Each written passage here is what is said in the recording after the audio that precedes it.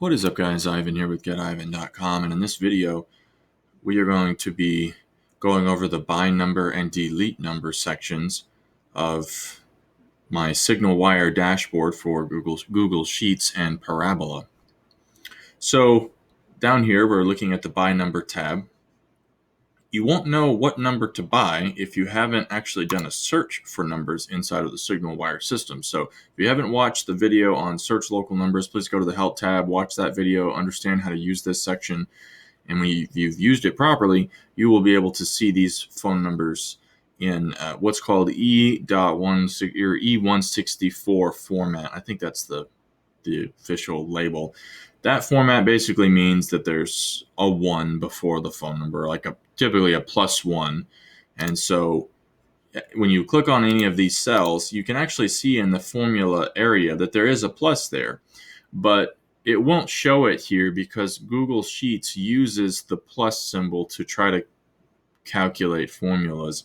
And so something you need to be aware of is the use of an apostrophe to disable any kind of formula in Google Sheets. So let's say I wanted to, I'm not going to purchase these right now. Maybe I'll purchase one just for the sake of an example. But let's say I wanted to purchase all of these phone numbers. I could just copy these, and then I could do something like, I could open up something like Notepad++, paste these in here, go to find, and I could say I want to find 1817, and I want to replace it with apostrophe plus 1817, and then replace all, close, copy, select all, copy, and then go to buy, and then I can come here to phone number, paste these in, and it should be good to go. Looks like this first one has 2 quotes.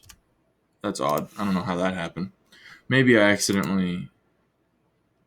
No? I don't know how that happened. That's weird. Never seen that happen.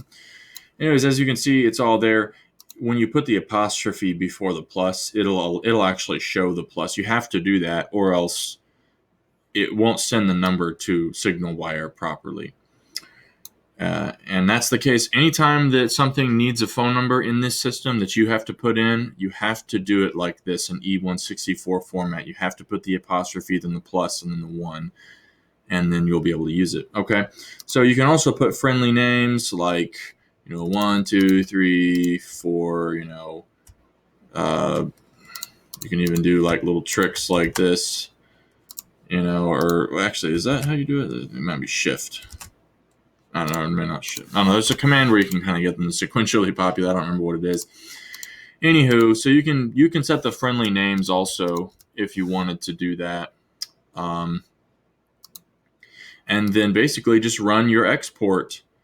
And again, as I said in the last video about importing, you want to kind of do as much as you can every time you run your webhooks for either import or export, because then you'll be the most efficient with your credits. So if you were going to buy numbers, then you also might want to create messages at the same time, or maybe do some modifications into existing apps or existing phone numbers at the same time as buying numbers. That way you're getting the most out of your credits every time you do these actions. So you run your thing and it purchases these numbers. Now, just to give you an example, I'm going to go ahead and purchase one phone number. Let me delete these. A good trick, by the way, for deleting everything is to select the first row below the header, and then I think it's Control down arrow. No. Maybe it's not Control down. It's Control Shift down arrow. Yeah, and then you can just delete, and then you can go Control up arrow and then down, and then I'll help you get to the top faster. Just a quick tip there. Let me grab some local number here.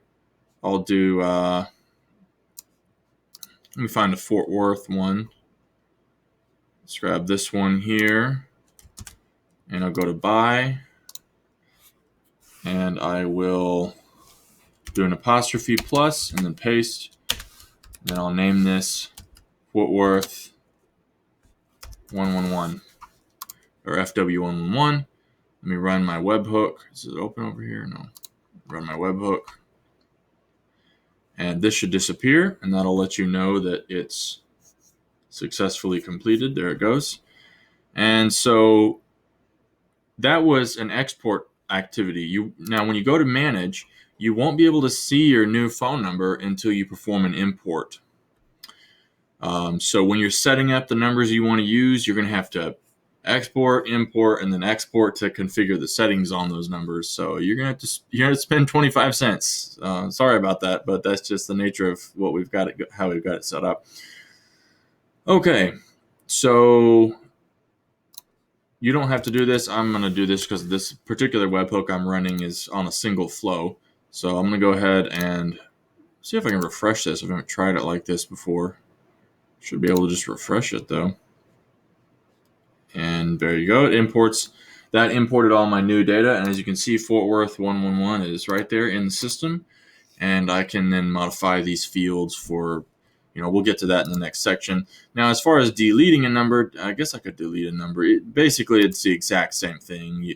The difference is you would go in and I don't want to delete a number that I just paid for necessarily, a whole whopping 8 cents. But you would basically grab the SID. As you can see, for the one we just created, here it is. You copy this, go to delete number, and then just paste the SID and run your export flow, and it will delete it from the SignalWire system. And when the next time you import, then your manage section will not include that particular number. So I won't demonstrate it, but it's, it's very simple and straightforward. Thanks for watching. I'll catch you in the next one. Bye-bye.